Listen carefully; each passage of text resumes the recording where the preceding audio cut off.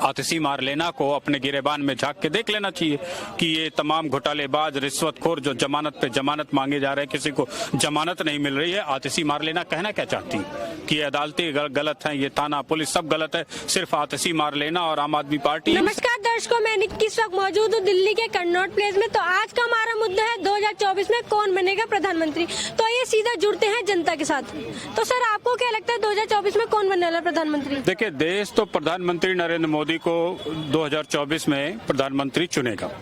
इसमें बहुत सारी चुनौतियां हैं। जब भी आप कभी भी किसी भी परिस्थिति में लड़ते हैं तो बड़ी मेहनत करनी पड़ती है, चाहे अखाड़ा छोटे बच्चों का हो, बड़े बच्चों का हो, बड़े WWE3 के पहलवानों का हो। तो कभी भी अपने शत्रु को कमजोर नहीं समझना चाहिए।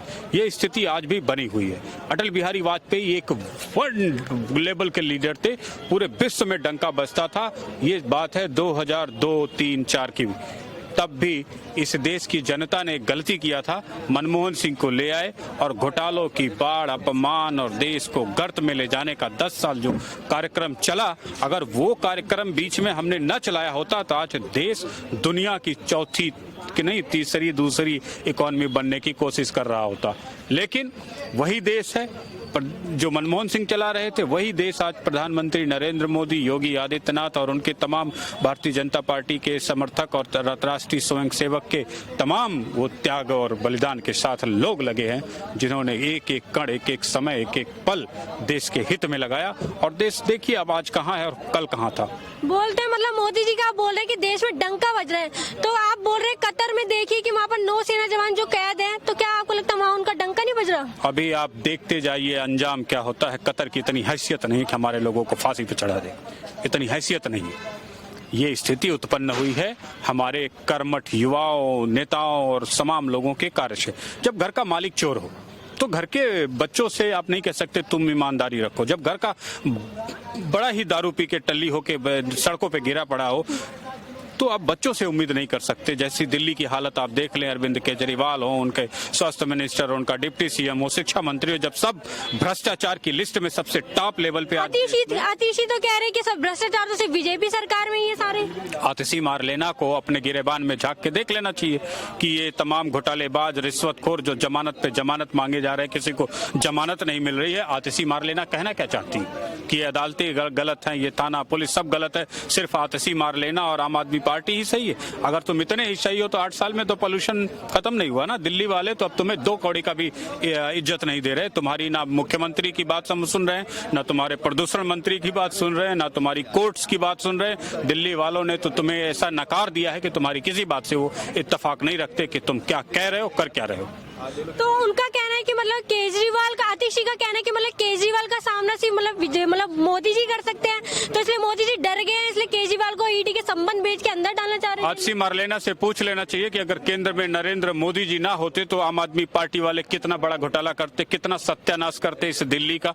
अभी तो तुमने पोल्यूशन पर सत्यानाश कर रखा है, यमुना पे सत्यानाश कर रखा है। अब आतिशी मारलेना से बोले ना, अपने भैया केजरीवाल से बोले कि वीडियो बना के दिल्ली वाले भ्रष्टाचार का भेजे। किसको भेजेंगे? जब दिल्ली का मुख्यमंत्री भ्रष्टाचारियों का सबसे बड़ा सरगना हो तो ये वीडियो किसको भेजेंगे और किसको भरोसा होगा कि ये व्यक्ति काम करेगा उस वीडियो पर?